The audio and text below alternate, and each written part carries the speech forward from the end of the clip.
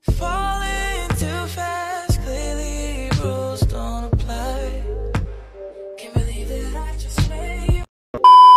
Saya Sakina Amini. Di sini saya akan menjelaskan tentang definisi dari konseling pada orang dewasa.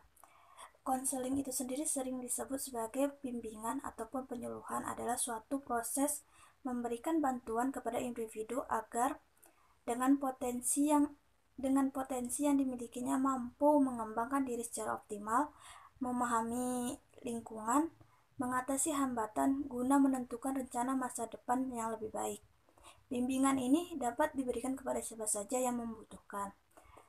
Dari situ kita dapat menyimpulkan bahwa konseling pada orang dewasa juga adalah bantuan yang diberikan kepada orang dewasa untuk mengatasi kesulitan di dalam hidupnya, agar seseorang itu dapat mencapai kesejahteraan hidupnya.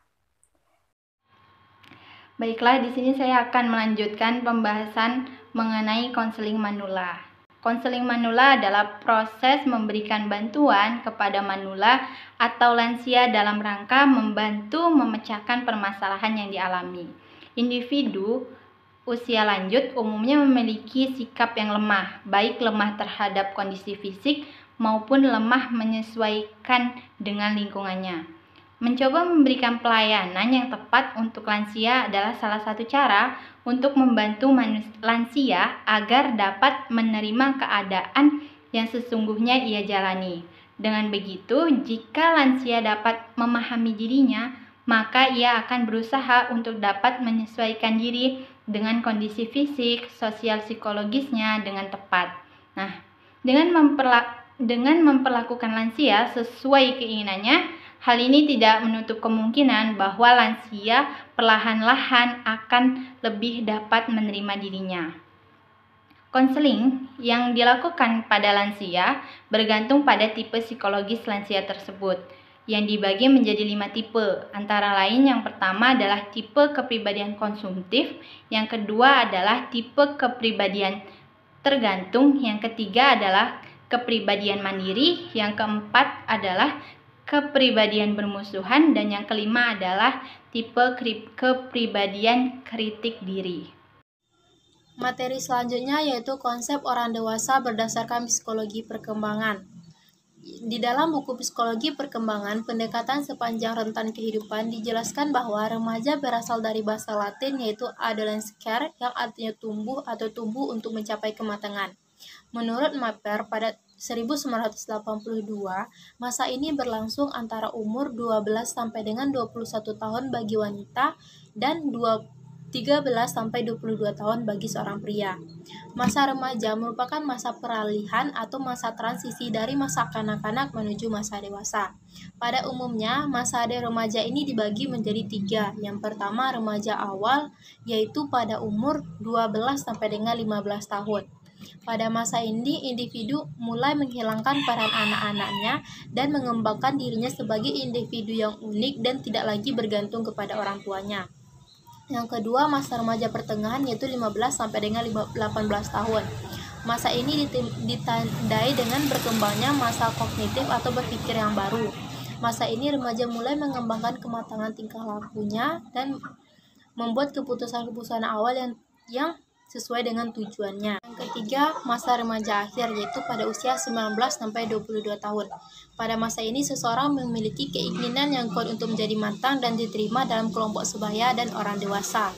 Selanjutnya, perubahan-perubahan pada masa remaja. Yang pertama, perubahan fisik. Pada masa ini terjadi perubahan pada organ-organ tertentu untuk mencapai proporsi orang dewasa. Yang kedua, perubahan emosional. Hormonal menyebabkan perubahan seksual dan menimbulkan dorongan-dorongan dan perasaan-perasaan yang baru. Yang ketiga yaitu perubahan kognitif. Dalam tahapan yang bermula pada usia 11 atau 12 tahun ini, remaja tidak lagi terikat pada realitas fisik yang konkret dan apa adanya. Remaja mulai mampu berhadapan dengan aspek-aspek yang hipotesis dan abstrak dari realitas. Selanjutnya, implikasi psikososial. Terbukanya kemungkinan bagi semua objek dipikirkan dengan cara yang hipotesis, berbeda dan baru, dan dengan perubahan yang ada dalam dirinya yang radikal. Sepantasnya bagi individu untuk memfokuskan pada dirinya sendiri dan mencoba mengetahui apa yang sedang terjadi. Selanjutnya, tugas-tugas pada masa perkembangan remaja. Tugas perkembangan remaja ini difokuskan pada mengubah sikap atau tingkah laku yang kanak-kanakan menuju atau berusaha menjadi sikap atau perilaku seperti orang dewasa. Tugas penting pada masa remaja ini yaitu mengembangkan potensi dirinya atau untuk dalam mengetahui jawaban terhadap pertanyaan siapa saya dan kemana saya akan pergi. Mencari identitas diri mencakup hal memutuskan apa yang patut atau yang penting dikerjakan serta memformulasikan standar tindakan dalam mengevaluasi perilaku dirinya dan orang lain. Hal ini mencakup juga perasaan harga diri dan kompetensi diri. Baiklah, perkenalkan, nama saya SP Nurul. Saya akan menjelaskan sedikit tentang pengertian konseling keluarga. Menurut Perez tahun 1979 menjelaskan bahwa keluarga merupakan suatu unit fungsi, sehingga jika ada salah satu keluarga yang bermasalah maka akan mempengaruhi anggota lainnya. Keluarga dalam mencapai kondisi psikologis yang serasi atau seimbang sehingga semua anggota keluarga merasa bahagia. Menurut Perez, adapun tujuan konseling keluarga adalah 1. Membantu anggota keluarga belajar dan memahami bahwa dinamika keluarga merupakan pengaruh antar anggota keluarga.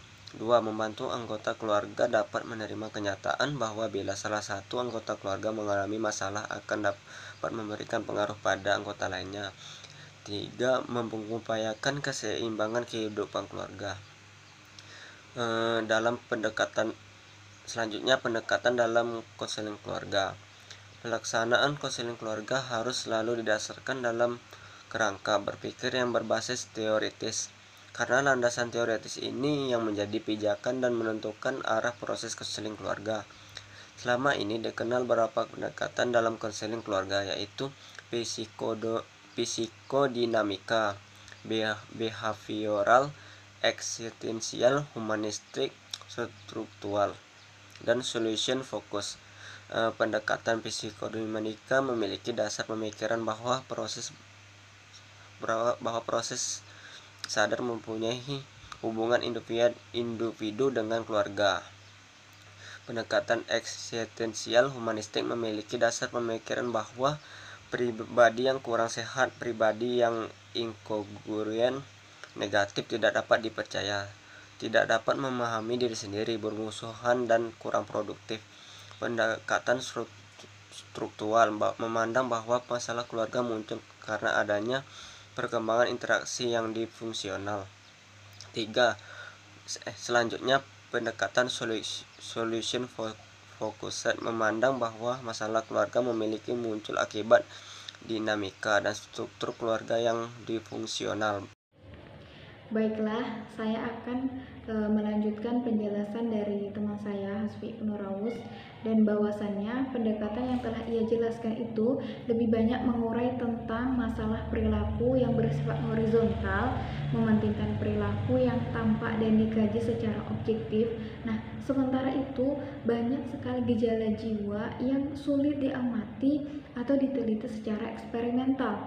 Nah, jika tugas psikologi itu hanya mengungkap makna tingkah laku, meramalkan dan mengendalikan tingkah laku, maka tugas psikologi Islam menambahnya dengan berusaha membentuk tingkah laku yang baik atau akhlak yang baik.